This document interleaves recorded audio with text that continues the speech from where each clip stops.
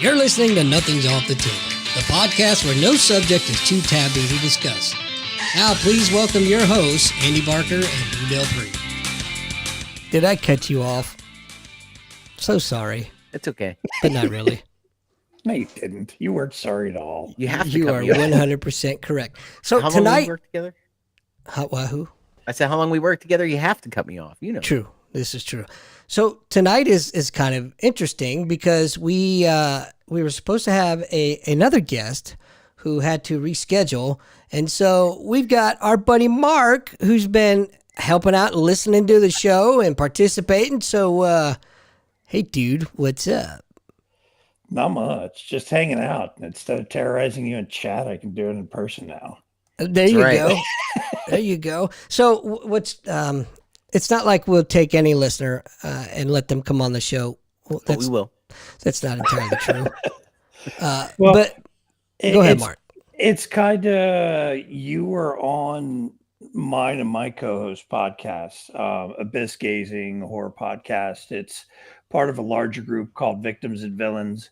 It's actually, Victims and Villains is actually a mental health nonprofit. Lots of web resources on our website. We're actually in the Josh is in the process of finishing up the lineup for the Horrific Hope Film Festival in April. That's I think 2 or 3 days in Winchester, Virginia. And it's a series of shorts and feature-length films. There's I think he's got a couple producers coming out this year. But that's like the big event we work on, and he's been pushing some other kind of film festivals and music stuff he's been working on.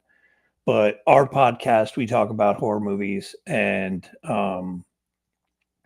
any mental health themes that might come up. And we had you, Andy, on for Bram Stoker's Dracula, I think early last year.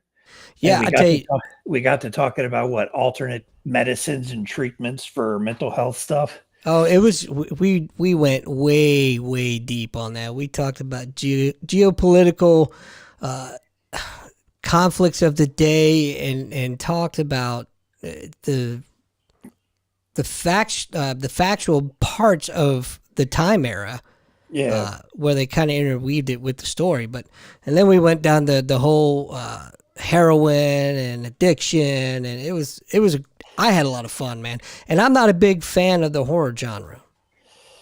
yeah, and it's something. It's funny. There's a meme I saw the other day. It was like horror fans all started, and they're talking about how they got into it. It's like, yeah, it all started when I saw The Exorcist when I was 5.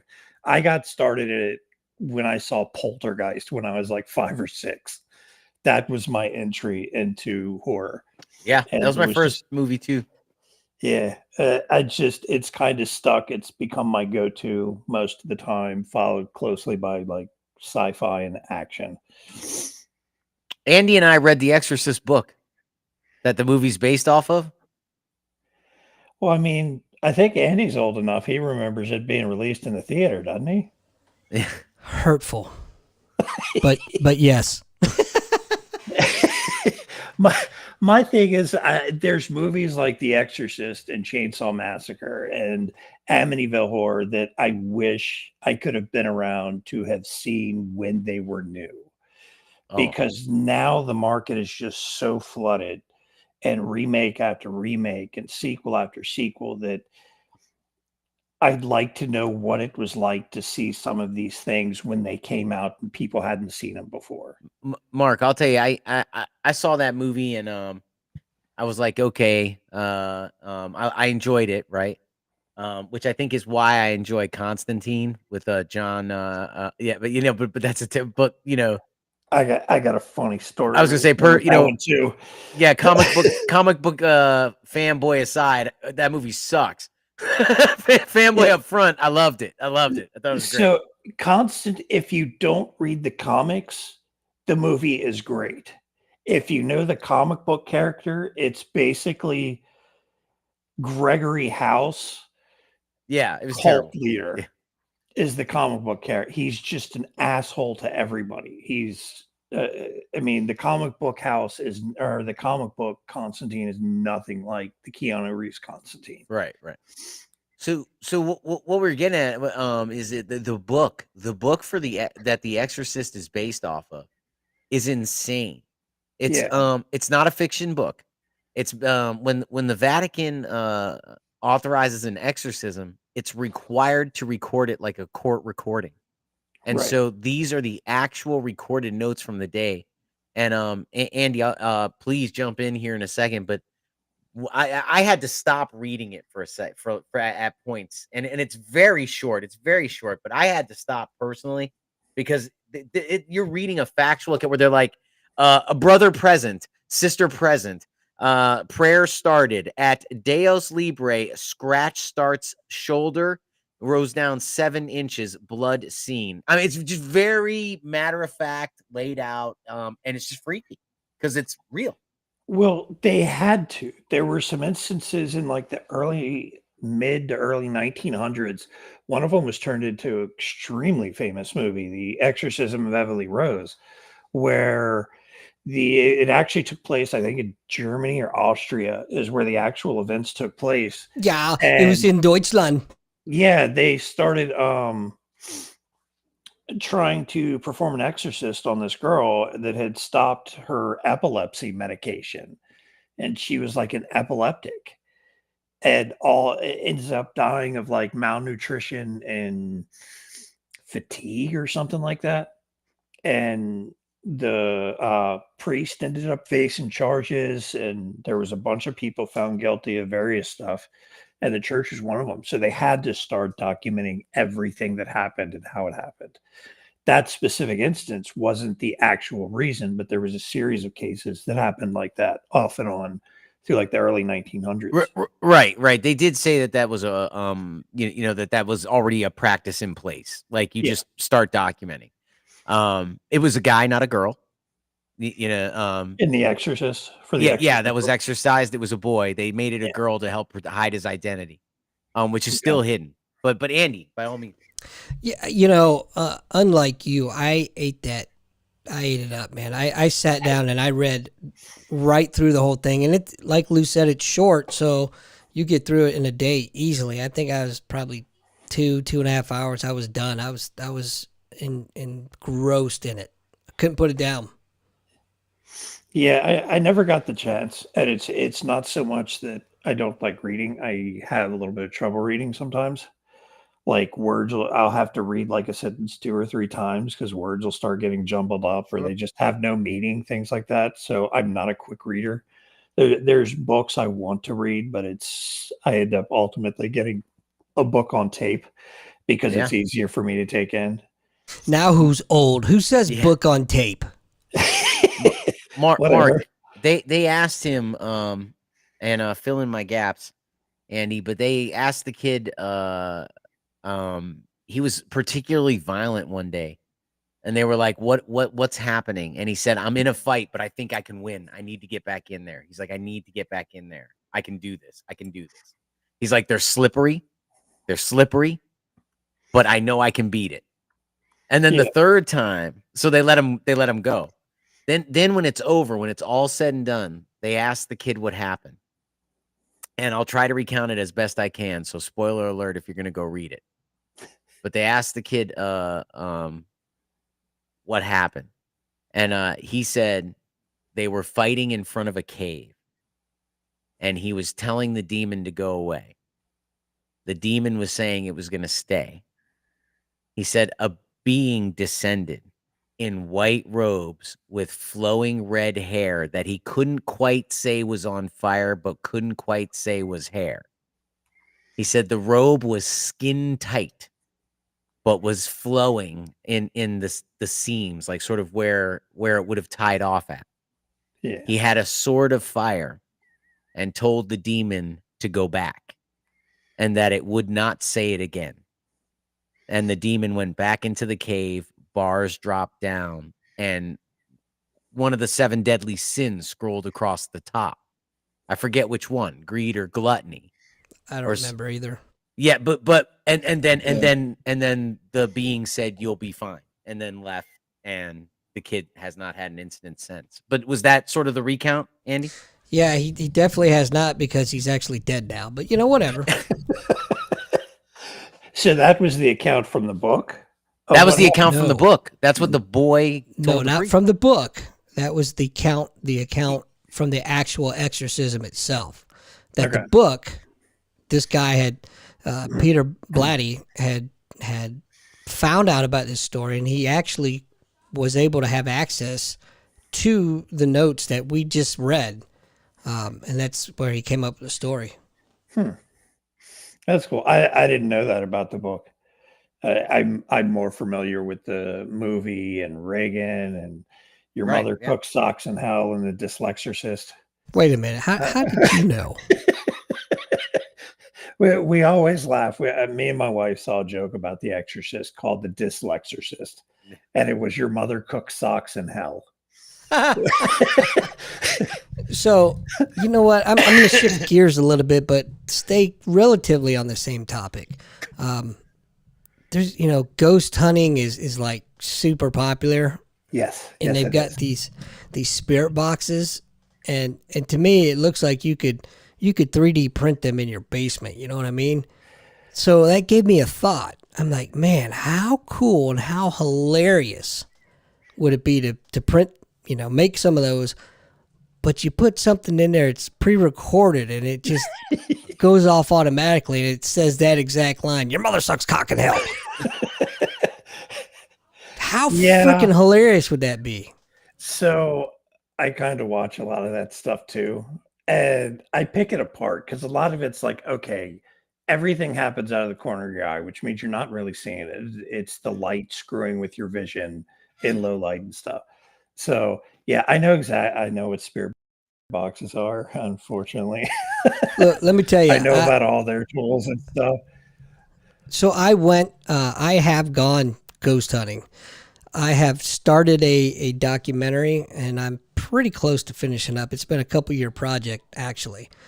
Friends of mine who've actually been on this show have a I don't know what you want to call it, like a paranormal investigating team, group, whatever. Yeah. So I've gone with them, and that's who I basically am making the documentary on. Well, huge skeptic, and that's why I wanted to go. I'm a huge skeptic, right? Yeah. So that's why I wanted to go, and I wanted to say, number one, I wanted to show, hey, look, it isn't all what you see on TV. Number one. Number two, I'm a skeptic, but I kind of want to believe. You know what I mean? So I'm open-minded enough to go, but and then I just wanted to document the whole process, really. And the last place I went was last year. We went to Edinburgh Manor in Iowa, and it's an old poor farm that was an asylum. It opened its doors in the 1840s and closed them for the last time in 2010. So there's been a lot of poor souls that have gone through there. Well, that's the thing. If you think about it, you can be a skeptic all day long. I don't know how much of it is real, how much of it is fake, how much of it is coincidence. So I'm not going to say I believe that like everything they find, like fucking Zach Baggins. Yeah, you can throw that out in the ghost. toilet. But you take places like old asylums or some of these older prisons and hospitals and things like that, and the amount of suffering and death that took place in places like that, almost you have to think something has to happen there. If it's going to happen, it's going to happen in a place like And that. let's be honest, there were sexual assaults, all kinds of just bad stuff. But I got to tell you, man, the last time I went, I took my service dog Alma with me, and there was, wow, I got to tell you, I'm no longer a skeptic because there were some things that happened that time that I can't explain, and you can't fake animals reacting to something. Yeah, when you see something and your animal reacts to it too in the exact same direction, yeah. Oh, I've seen that. And You're both I- gay. Not as gay as you are. Not as gay as you are. However, I'm just saying, I can't explain what happened. I'm not saying I'm a full reborn believer in it, but I don't know, man. I can't So- explain that stuff. So if you're in a place like that, like some of these old places will actually do tours now. If you're in a Yes. place like that and you're on a tour and you're walking and you think you see something walk by, now imagine doing that same thing. You think you see something walk by and suddenly your dog perks up at attention watching in that same exact path that something you thought you saw walk by. That dog's not reacting to your imagination. Right. Well, let me tell you what.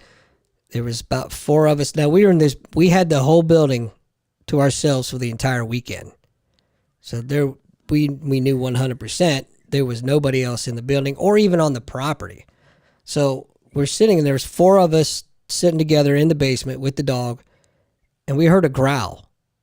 And it wasn't my dog. I had my hand on her, and she stood up, and she got in between me and wherever the noise came from, and she was tracking something. And the only reason I know that is because I had the night vision on the camera, pitch dark, man. And then there was a couple other incidents just like that. And then I took her out to go potty. I couldn't get her back in the building for like 5 minutes. She did not want to go in. And Well, Lou knows my dog. She doesn't want to be anywhere, without me.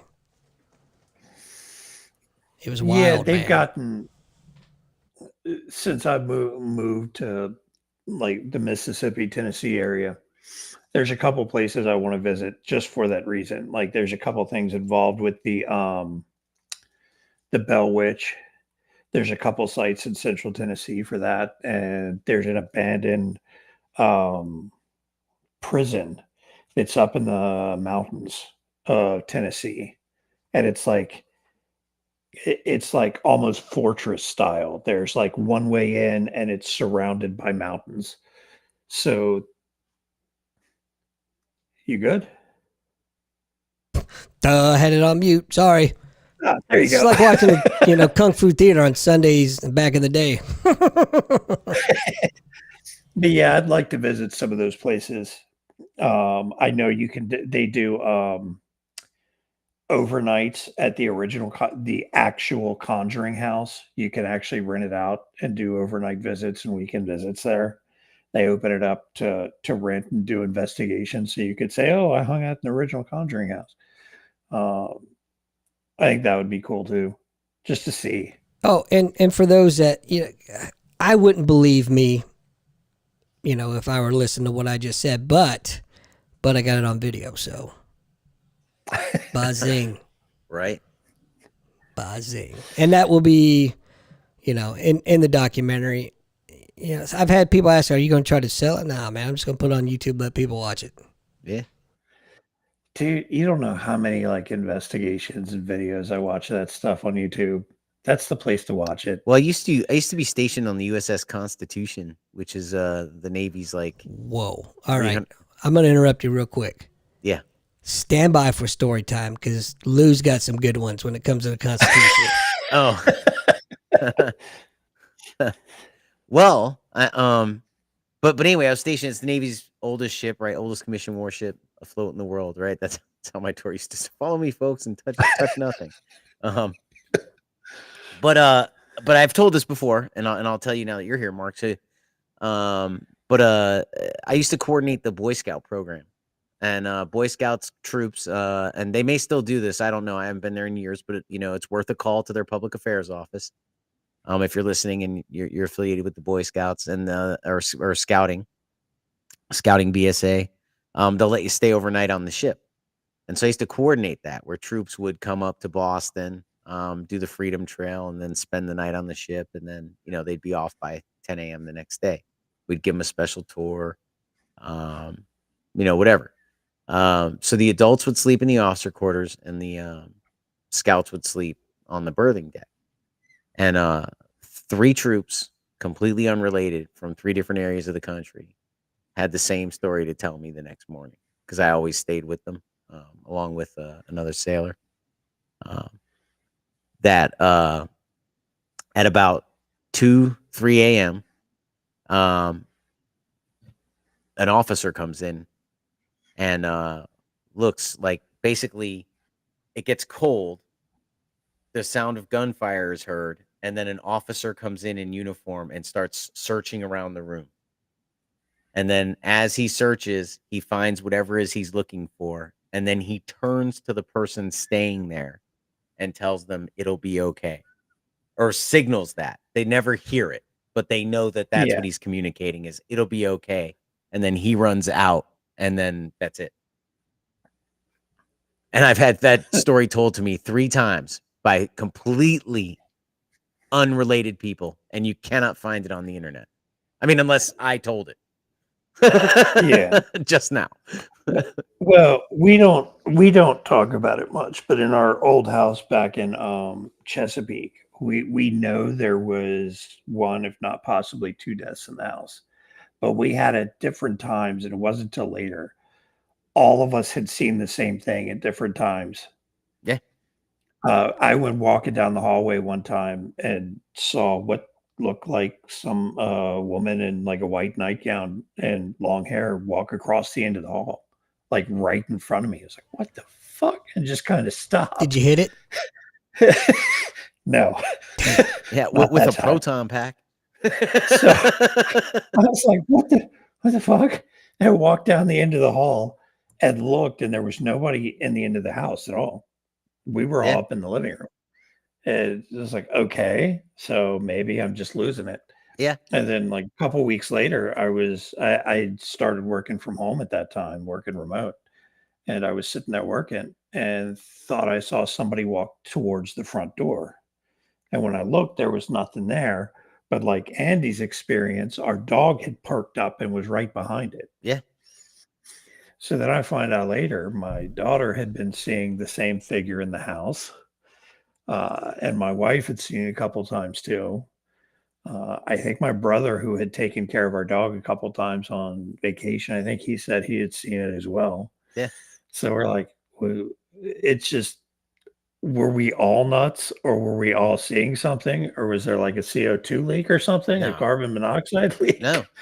We all, and we finally all started talking about it. It was like, dude, there was something going on in there. Yeah. I'm the guy that when we go on these investigations, I talk the most shit. I you know what? On the off chance that ghosts are real or whatever you want to call them, I'm sure that they get sick and tired of the same old stupid shit, right? So I'll go and hey man, what's your favorite beer? What'd you drink? You know, or were you a boob man, a butt man, a leg guy? I mean, come on, talk to me here.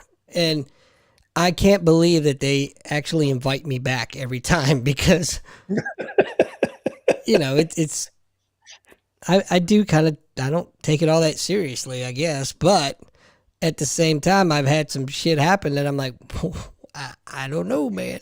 Have you guys seen, this is the perfect segue to talk about it, and I'll talk about it anytime I want. Or anytime I get a chance, not anytime I want, right? Between this and pushing Godzilla -1, which if you haven't seen it, it's the greatest movie ever made. But if you guys ever well, do you guys remember the old Saturday Night Live skit, Godzilla -1, where they used to like repeat things, Godzilla -1? It was subliminal suggestion, man, Godzilla -1. And like, guys want to see a lot of people that I know a lot of people that saw it. I know a lot of people that went back and saw it when they re-released it in black and white. Yeah. I know people that saw it multiple times in each version. I saw it was great, but no, what I'm talking about is, and because my wife gets so mad at me for talking about Godzilla -1 only to Japanese people in our neighborhood. Racist. I totally am out there, and I'm like, have you seen it? But long story longer, Skinwalker Ranch. The Secret of Skinwalker Ranch. Yeah. Oh, we're back on this again. Yes. Yes. I can't let it go. I cannot let, there is something there. I cannot let it go. But there's too much TV production in it to make me take it as serious as I probably should. What production though? I mean, like I understand what you're saying, but like the experiments are just, they're getting bigger. I mean, they need bigger crews to cover them. Yeah, but it's at the same time, it's for TV. It's kind of like reality TV. Everybody knows it's scripted, but it's reality TV. And I can't help but wonder, as much as I've watched that series like 3 or 4 times, seasons 1 through 3, because 4 hasn't made I it know. to Hulu. Yes, yet. it I'm has. waiting. Is it? When? Season 4 on Hulu? Is it? Yeah. No, it isn't. When? I just watched the damn thing. I'm about to end this podcast. Hey, our sponsor this hour, or whatever. We're I'll gonna find I'll out. verify that. Well, monitors. I can look. Do Yeah, it. that's it's worth it. That is worth it. It's So worth the break. that's kind of what I like about it, though, in a way, because yeah, I agree with you. It's scripted, most parts of it. I think so. But so. you it's obvious that they're not actors. When And they I get get- caught by surprise, they get. Look, I mean, it seems to me to be the genuine deal. But going back to what you had mentioned last week, Lou, is you can tell that they're not actors just by when they have to do their phone call, their little acting bit. Oh, it's terrible.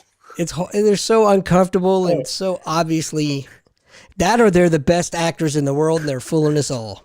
Yeah, yeah. Hey, guys, I got a great idea And for a there's- character. I'll play a guy who can act, but is pretending not to act by acting as a bad actor, being a good one.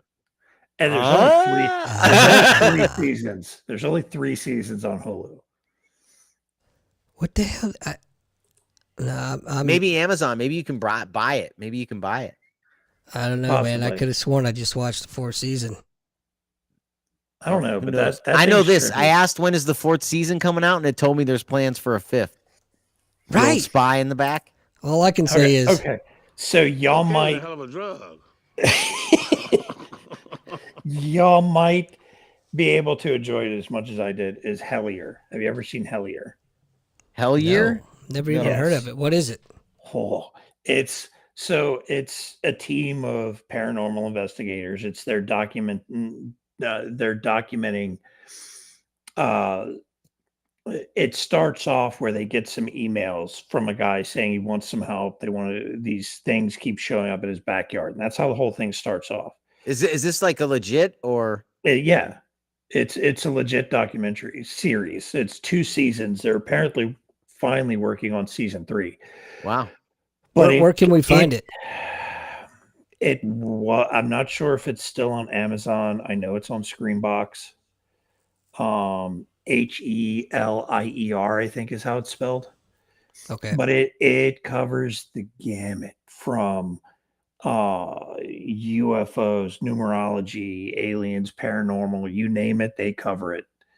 And the more they investigate, the more coincidences happen and the more like weird shit involved with this investigation.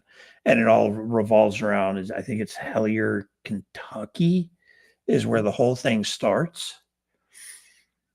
So it's really cool. It's that same style documentary, but and at one point they have one of the guys they're using a spirit box, and he's the only one that can hear it. So he's got the headset on, noise canceling headset. He's got goggles on, so he can't see anything. So everybody else is asking questions. And all of a sudden, he starts responding to the questions from what he's hearing from the spirit box. Wow. Yeah. I got to be honest. I don't put a lot of faith in those spirit boxes, man. Well, they supposedly the way they work is they cycle through the radio stations that they can pick up. And the words that they supposedly play could be influenced by the spirits in the area, or at least that's the claim. Whether they actually work or not, I think people are reading into a lot of it. I'm just going to go on the record and say bullshit. That's just what. me. Oh yeah, that's what they claim, and I think a lot of people hear what they want to hear. Because I've heard some of these tapes that they're like, "Oh, check out this EVP," and you listen to it, it's like, "Are you here?" Oh, he said, "My name is Bob. Nice to meet you." It's like, no, he didn't. Yeah. Nobody said anything. I heard somebody at Taco Bell destroying the bathroom, but Sounds like you got some Claudine Gaze out there in the spirit world. I have enough trouble hearing as it is. I can't ever hear what they're saying those things say. yeah, most of the time you can't. Or if there's something there, it sounds like it could be static that that the pattern of the static they're interpreting to be something that it's not. Or there's just no shit radio commercials or something. You're like, okay. Yeah. Yeah. And I'm like, how do you know you're not picking up like a broadcast from a plane flying over?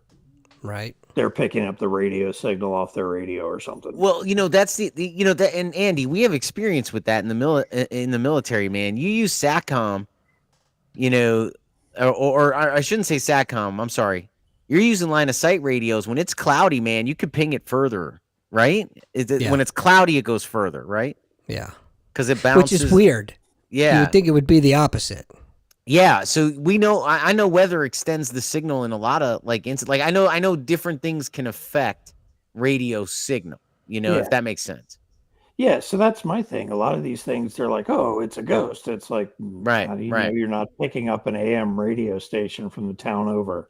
Right. Yeah, it's the same kind of thing. Sometimes it's just So- weird bounce, Or- weird stuff you get background. There's a lot of these ham radio operators that their systems are real powerful, and they'll Yes. bleed over into just about anything. Yeah, Yeah. I know a guy that does a bunch of ham radio stuff. That's like his big hobby.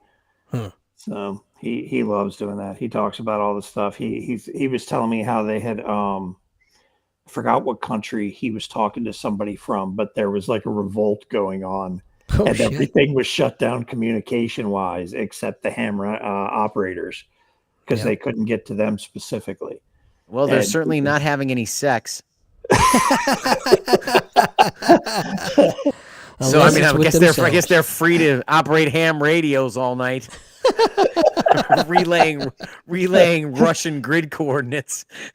That's But yeah, funny. he was telling me how he was getting like basically rundowns of what was going on in some of these countries because he knew he had contacted some of these people and he was getting their signals back, and they were talking about, yeah, they're moving through this area, and he was listening to them broadcast around, and because he was able to get the signal from somebody he knew. So it's kind of neat. They're Well, I actually a guess part there's of no- disaster. I'm sorry. Go ahead, Andy. I was going to say, I guess there's no crypto on those radios then. Yeah. Probably not, and it's probably But from they're pretty country that- good.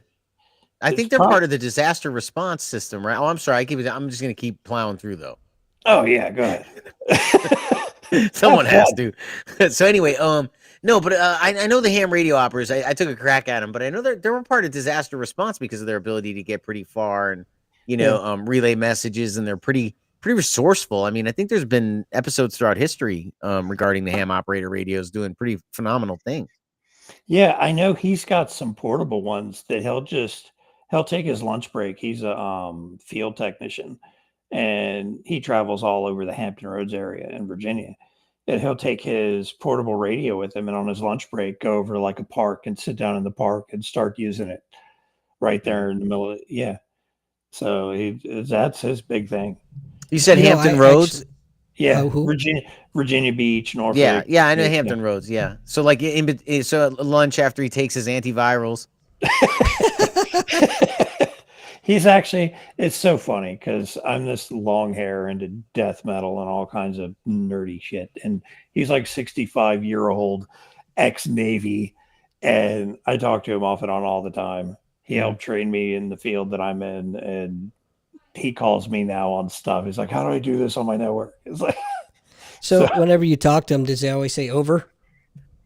not usually. So it's, I have trouble hearing him under tunnels. he told me he worked on aircraft carriers, and I think he helped direct them for takeoffs, and he was also working on them as a mechanic, the jets.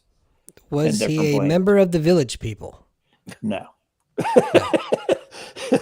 No. But I Never make know. fun of him frequently for being a northerner. So He's got a terrible scar of a burn on his left arm. Said he was on the Forrestal. Damn. That was So- painful. Yeah, dude, I tell you, I have one of those little ham portable radios, Really? yeah. and I have it because when I go camping or wherever I'm at, I have it as a backup. Because a lot of places I go, there's no cell signal. So, just never know, man. I don't have a license for it, but Well, I mean, with the way crap is going, I could see stuff like that becoming more and more useful because the Waffle House factor isn't going to last, but so long. Yeah. If we have a collapse, You do know about that, right?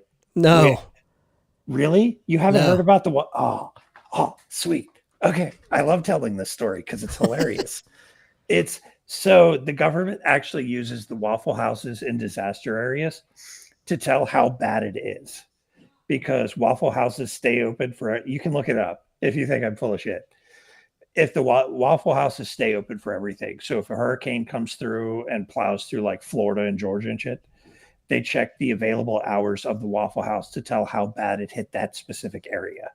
If they're still open for normal business, it wasn't that bad. If they're I do know limited that to hours, be true. yeah. Yeah. If they have limited hours or shut down, shit hit the fan when that hurricane came through. You know, not last November, 2 Novembers ago, I went down to Florida to umpire in a big tournament, and lo and behold, hurricane came through and hit that Thursday. So we got stuck in the hotel for a while, but the only thing that was open was Publix and Waffle House. When was that? November of not last year, the year before. You can Last make year. fun. Oh, okay. People can make fun of Waffle House all they want, but it's the only place you can go and like eat for like $12 and take home food Dude, when and, yeah. and not shit yourself like if you went to Taco Bell. No, but there's always things like, I don't know, hepatitis to worry about in that Yeah. place. You see Waffle House is wilding out on Twitter, man. People fighting in there all the time. Oh yeah. Oh yeah.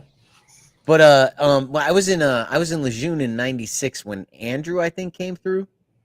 And we were on Johnson, staying on Johnson. I was in field med school. We were emptying trash cans of water every hour and a half. The buildings were so effed. Dudes were trying to still smoke in the hurricane. I didn't smoke at that time. They were trying to smoke in the hurricane. I'm like, this is insane. Right. But I remember it tore up the base, and you know, I'm from Pennsylvania. I've never hunted, right? So if you ask me how to hunt, I have no idea, right? And people always find that weird. But I can camp, right? I know how to go out and camp, and I know how to do all that, right? I just never hunted a deer before in my life. So I'm pretty out, but I am pretty outdoorsy, right? So I remember walking around and there's a dead deer, and I'm like, that is unusual, you know, in a hurricane to see a dead deer, man. Right? And there's two reasons I remember seeing that dead deer and thinking that is unusual. Because dude starts yelling at me, the sergeant starts yelling at me like, yo, if you don't want to get extended, this shit needs to be cleaned up in 3 days. Right? And he's like, what the fuck are you doing? Right? And I just told him, I said, you know, it's unusual to see a dead deer in a storm. And he looked over. This is why it's burned in my head. He looked over and he was like, yeah, that is unusual. Get the fuck back to work. I was like, ah. Yes, Sergeant. That's hilarious. It reminds me of the typhoon parties They they used to had- have in Okinawa, man. Mm. It's That's stupid someplace Marines I'd like to get visit. Is there? Okinawa. Hope you like the Yeah. smell of pig shit.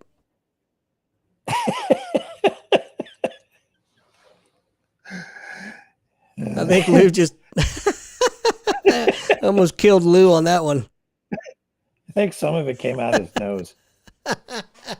It was enough to mute him. So I tell you, Okinawa is a cool Oh my place. God. What did you say what I thought you said? Hope you like the smell of pig shit. Yes. Yep. Oh my God. Okay. Am I not spot on or what? Oh wow. Yeah, I hadn't heard that in a while. That's the first thing you smell when you get off the plane, man. Oh, Oh my God. beautiful place. Beautiful place. talk about But man, hurricanes. oh wow. Some of the response and the way they help people, and I know people in Hawaii are like, shut the fuck up, but they had some of those hurricanes come up through the Gulf last year. Yeah. One of them went over top of where my uncle is in southern Georgia. He's like about as far south into the swamp as you can get. Yeah. And a tree came down across the end of his trailer. He lived in the middle of the swamp, and they still have not fixed his trailer. Yeah. And that was in like the end of the summer of last year. So he's Not just got surprised. like half of his trailer is just tarped off to keep the weather out. And he's got like his heaters in his room and still waiting on stuff to get rebuilt. And they're, oh yeah, we're getting to you. We're trying to get to you. So The one thing I've learned after 3+ decades of government service is that I don't trust them at all. If they can screw you over, they will. Guaranteed. and if Yeah. they can make $1 doing it, they'll do it quicker. Yeah, and a lot of times they're not really screwing. It's like not about screwing you over. They're just hooking themselves up. Yeah. Well, I think Reagan said it best. The 8 most dangerous words in the English language yeah. are I'm from the I'm from the government. I'm here to help. help. Yeah. Yeah. What if it exists? Tax it. If it moves, regulate it. If it stops moving, subsidize it. That's right. And I saw an interesting thing talking about basically the end of Rome and comparing it to what's going on now in America. And it's like, that's kind of scary when you start comparing the events and how everything went. Sure. Rome was one of the few empires that was never conquered. They may have lost some battles, but they basically just collapsed on themselves. So I just finished a book. On the Pyrenees, right? Like the Pyrrhic Wars. Okay. You know how they say Pyrrhic victory, right? And so you had them versus the Roman Empire, and they were just talking about how the Romans were structured, and they were saying it was a very interesting structure. If you were a senator, you had to have money or reputation. It was always great to have both. So it was in your best interest to fight well, to be brave, to command well, to have a following, right? It never and when you get to that Senate position, when you get elected to that position, they said no, there was no thought of Game of Thrones. Like there was none of that, for the longest time in the Roman Empire, because the senators knew in order to maintain order, they had to be able to rely on each other and to count on each other. So they couldn't start screwing each other, because each senator is expected to be a general. So every senator is a general. So they have to work. They have to rely on each other. They have to. And so the thoughts of like that type of tyranny had never entered into their minds at that time. They said that's how the Romans were able to expand, because people just knew this is a house of cards. If you fuck with it, no one will. Well, no, there won't be putting it back together. Yeah, if we all play our role, we're good. Yeah, and it's just one of those things. There's quite a few times throughout 240, 250, 240 something years of the US, it's been referred to as the modern Rome. Sure. Nobody's beat us. Nobody's conquered the US. We're going to end up conquering ourselves eventually. Correct. With the way things are going. Real close to it. They say history, if you study history, or if you don't study history, you're bound to repeat it. Well, I disagree. I think history is cyclical, and it's bound to repeat regardless. Yeah, because people don't pay attention to what happened to begin with, or they do and go, well, it's not going to happen to me, and do it anyways. Yeah, I have said many times on this show, I believe that Rome is burning. Oh yeah, we're in trouble. It is.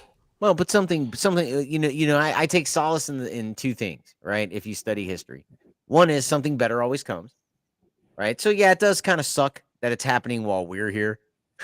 Yeah, that does suck. But something better comes, right? It's just throughout history, that's what it's always been. And I think the other thing is, at some point, and this happens every time to every empire, right? Once it becomes an empire, at some point, those like the Bill Gateses of the world, his grandchildren will be drug out of the castle and beheaded. Oh, yeah. That's what happens. But not always. You have, like, look at Russia. They went from the USSR. They broke up into multiple countries throughout Eastern Europe and Northern Europe. And are they better off today than they were under the USSR? Well, They're they were still they essentially a were an communist empire country. at first, and they were far better under the Tsar system. Oh yeah, You know, And until until Rasputin they got went in there and communist. they had a weak Tsar. Dude, Rasputin.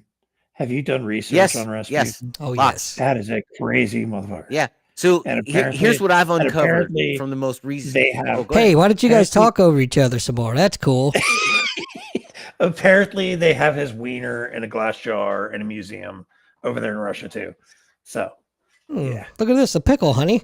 Yeah, they took it on tour. They took it on tour. It's been on tour many Yeah. times. Yeah. So first of all, everything we know about him is all false, right? It's all false. It's all stories.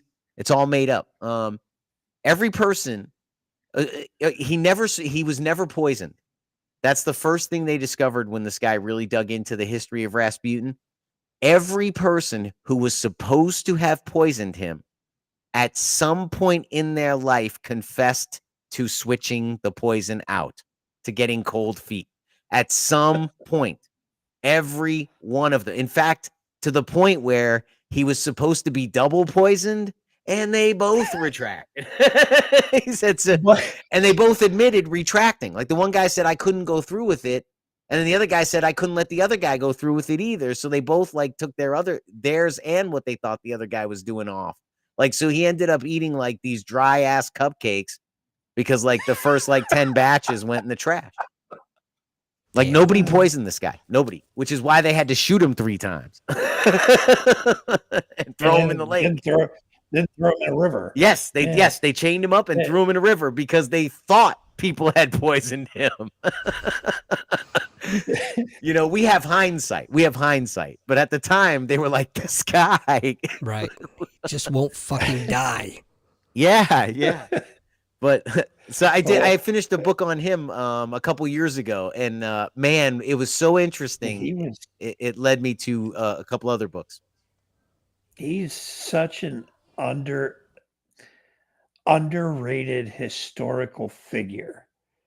They haven't done a lot about him, to tie it back into earlier conversations, in movies. They either deal heavily in the mysticism that surrounded him. Alan Rickman did a movie where he played Rasputin for an HBO movie back in, I think, the 90s.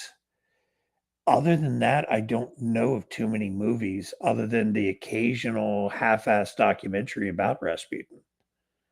Yeah, you can find documentaries on, I don't know if you can find them on Netflix anymore, but Netflix, Prime, go all over YouTube, you can find stuff. But you're running the risk of inaccuracies. Yeah. Now, you want to see a crazy documentary? Are y'all fans of like serial killers and stuff, or serial killer documentaries? Depends. So they did a series, HBO had a series in, I think, the late 80s, where they talked to Kuklinski. Oh. The Iceman? And Yeah, it's a- Stanley Kuklinski, Yes. the Iceman. Yeah. Yeah. Yeah. And it's a psychologist that sat down with him for a couple sessions and interviewed him. And during the minute, there's like 2 or 3 of them on HBO, or I guess it's Max now. And one of them, I forgot what the psychologist asked him, but he asked him something, and you see Kuklinski stop and look at him. And if you've seen pictures of him, like them bring the bailiffs bringing him into jail, he was a huge man. So there's nothing they could have done to stop him from coming over that table with that doctor.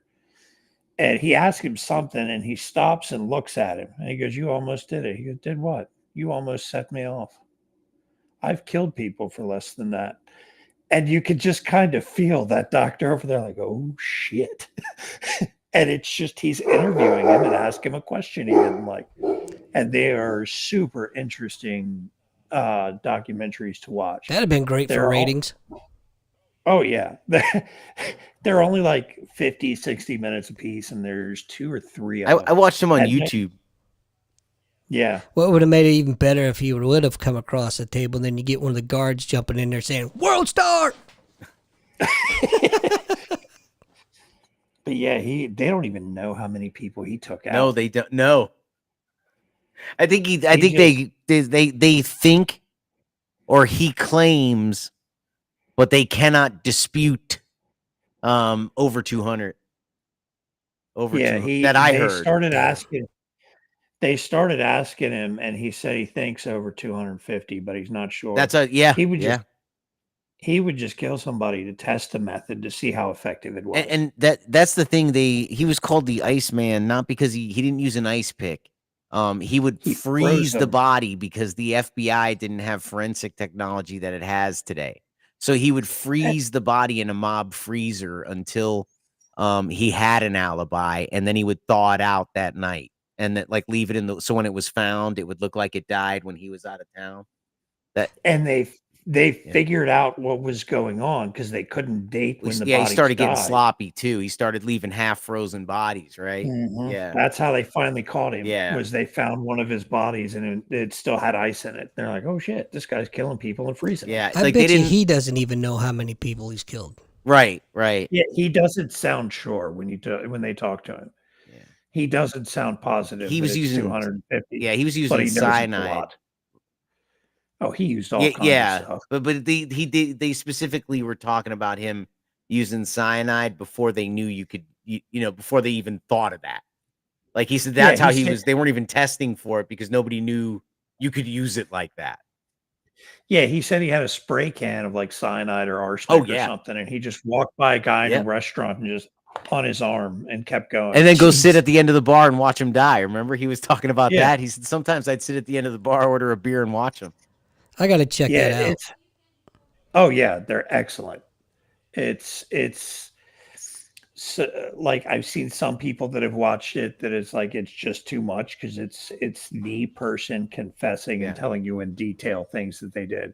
He went to go into a nightclub one time, and a guy pissed him off in line while he was waiting.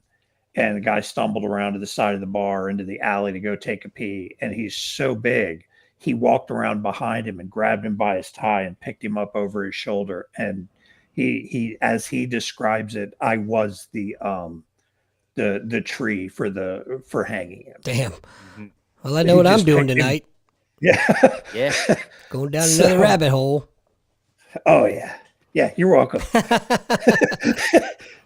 Well, serial killers is just another one of those topics they've almost made like a celebrity kind of worship. Have you heard in about modern times. the lady serial killer? I did a book on her. Eileen Annabelle. Warnos.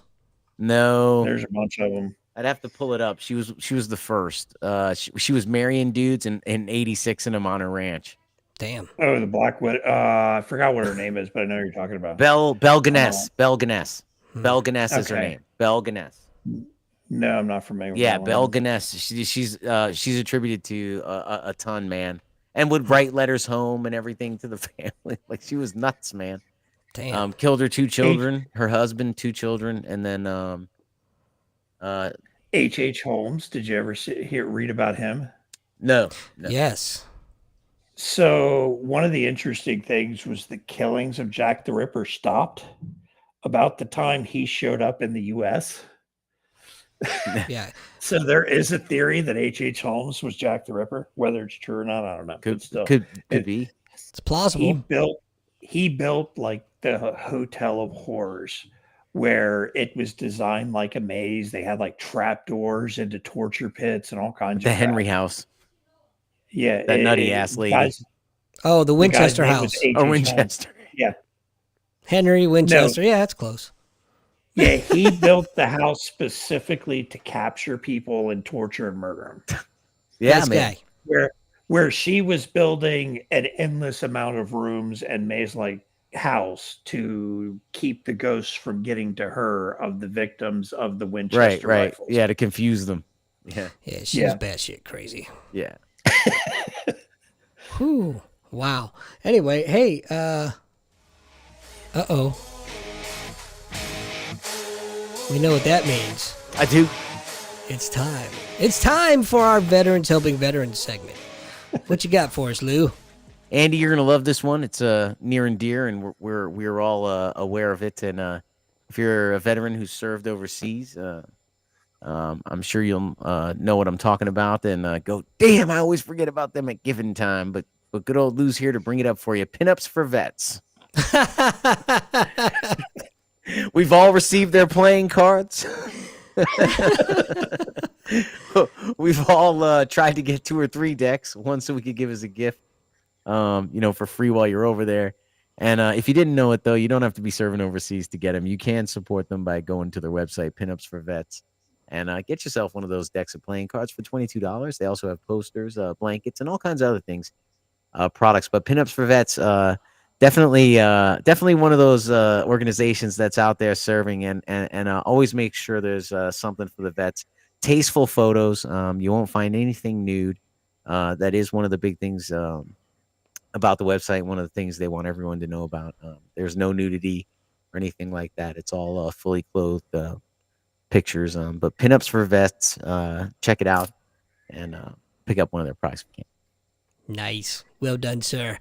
Well, you know what? It's about that time we wrap things up. Mark, I'd really want to thank you for coming on the show. Had some fun conversations this evening talking about whatever we wanted to, which was really cool.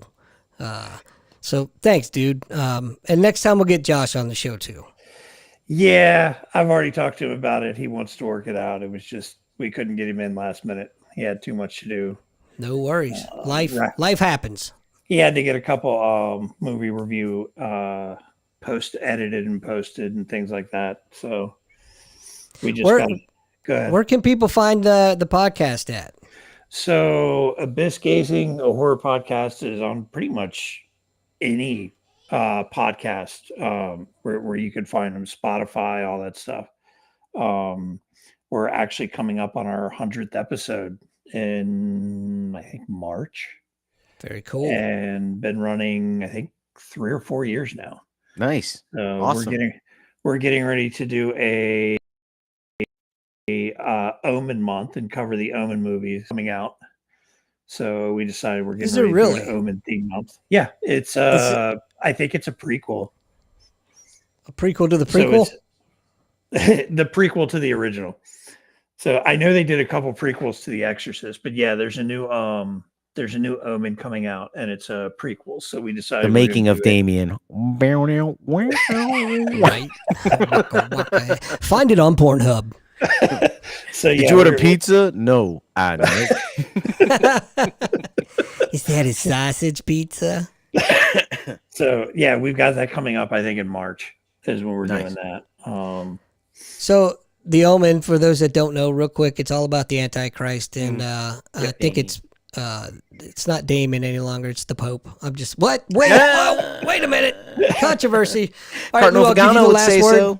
What's that? I said Cardinal Vagano would agree. Yeah, right. Lou, why don't you take us out and have the last word? All right, everybody. Hey, thanks again for joining with us. We hope to see you again next week. As always, comment and click like down below, and we could bring you more of this great original content.